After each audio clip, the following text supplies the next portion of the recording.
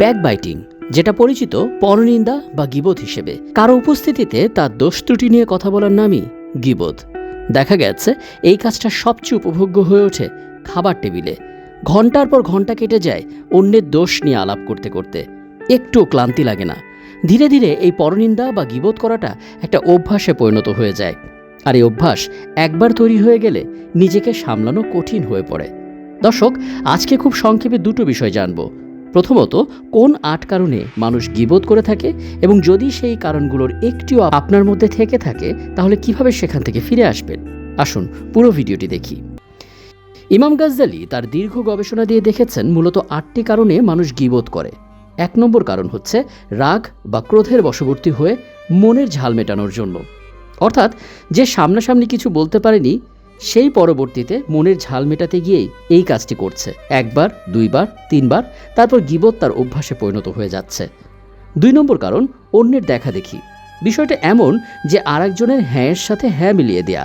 আমাদের মধ্যে কিছু মানুষ আছে দেখবেন, যারা সব সময় অন্যের সাথে তাল মিলিয়ে চলতে পছন্দ করেন, এই ভেবে যে তার সাথে তাল না মেলালে যদি সে অখুশি হয়, বলা যেতে পারে তখন অন্যকে খুশি করতে গিয়েই তিনি গীবতে জড়িয়ে যাচ্ছেন।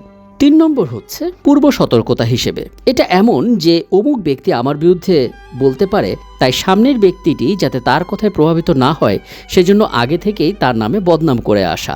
আগে থেকেই যদি তার সম্পর্কে একটা বিরূপ ধারণা দিয়ে রাখা যায়, তাহলে সামনের এই ব্যক্তিটি যে যাই বলুক বিশ্বাস করবেন না, কারণ তার কাছে আগে থেকে ইনফরমেশন থাকবে। 4 নম্বর কারণ নিজেকে নির্দোষ প্রমাণ করা। কোনো অপরাধ থেকে নিজেকে নির্দোষ ও নিরীহ প্রমাণ করার চেষ্টা থেকে অনেকে গীবত করেন। অমুক লোকটা তো এই কাজটা করেছে, আমি করলে দোষ কি, এমন কনসেপ্ট থেকে নিজের দোষটা জাস্টিফাই করা বা নিজের দোষটাকে ঢাকার জন্য অনেকে গীবত করেন। 5, নিজের গর্ব প্রকাশ করার জন্য অন্যকে হেয় করা। এটা সাধারণত আইডেন্টিটি ক্রাইসিসে ভোগা মানুষদের ক্ষেত্রে বেশি হয়। নিজেদেরকে বড় প্রমাণ করতে চাওয়ার তীব্র প্রচেষ্টার অংশ হিসেবে অন্যকে হেয় করার কাজটি তারা করেন, আর এজন্য গীবতের আশ্রয় নেন। 6, হিংসার কারণে। বলা যেতে পারে গীবত করার এটা সবচেয়ে শক্তিশালী কারণ। ধরুন আপনি একটি বিশেষ সম্মাননা বা পুরস্কার পেলেন, অথবা অফিসে প্রমোশন পেলেন। আপনি দেখবেন কেউ না কেউ থাকবেই যে বিষয়টিতে কোনো কারণ ছাড়াই হিংসার আগুনে জ্বলে পুড়ে যাচ্ছে। তখন সে গীবত করার মধ্য দিয়ে আপনার উপর জমে থাকা জ্বালা মেটানোর চেষ্টা করবে। 7, নিছক কৌতুকের বশে গীবত করা। দেখা যায় কোনো আসর জমানো, আড্ডা জমানোর জন্য আরেকজনের দোষ বর্ণনা করে তাকে হেয় করার একটা চেষ্টা চলে। মূলত নিজেদের মধ্যে হাসাহাসি করাটাই হচ্ছে এর মূল লক্ষ্য, অর্থাৎ কৌতুক করে অপরকে হাসানো এবং সেই হাসাতে গিয়ে নিজের অজান্তেই গীবতের গভীরে চলে যাওয়া। 8, অন্যকে ঘৃণার পাত্র হিসেবে বর্ণনা করার জন্য গীবত করেন অনেকে। নানা কারণে আরেকজনকে যাতে ঘৃণার পাত্র বানানো যায় সেজন্য তার বদনাম করা হয়। এই 8 কারণেই গীবতের অভ্যাস চক্রে মানুষ পড়ে যায়। এখন প্রশ্ন হলো, এর কোনোটা যদি আপনার মধ্যে থেকে থাকে কি করবেন, কিভাবে মুক্ত হবেন? এক্ষেত্রে মাত্র 5টি কাজ করলেই আপনি চিরতরে এই গীবত থেকে মুক্ত হতে পারেন। 1, কথা একদম কম বলুন।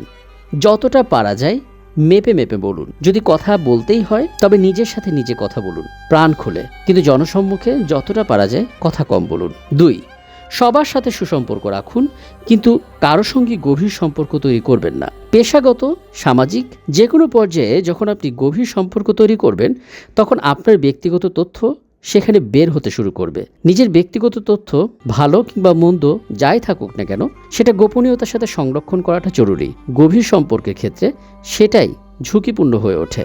কাজেই গভীর সম্পর্ক তৈরিতে সাবধান।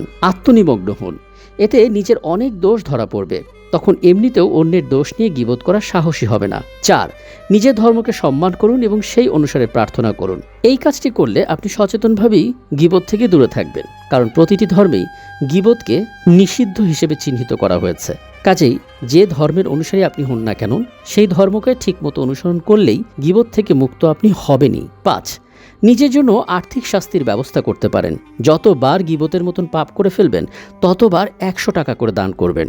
টাকার মায়া অনেক বড় জিনিস। বারবার পকেট খালি হবার ভয় থেকে আপনি হয়তো এমনিতেই গীবত থেকে সরে আসবেন। দর্শক, শুধু গীবত নয়, নিজের ভেতরে লুকিয়ে থাকা সব ধরনের বাজে অভ্যাসকে দূর করতে উপরের এই 5টি কাজ ভীষণ রকম উপকার করে। চলুন আজ থেকে চর্চা শুরু করি।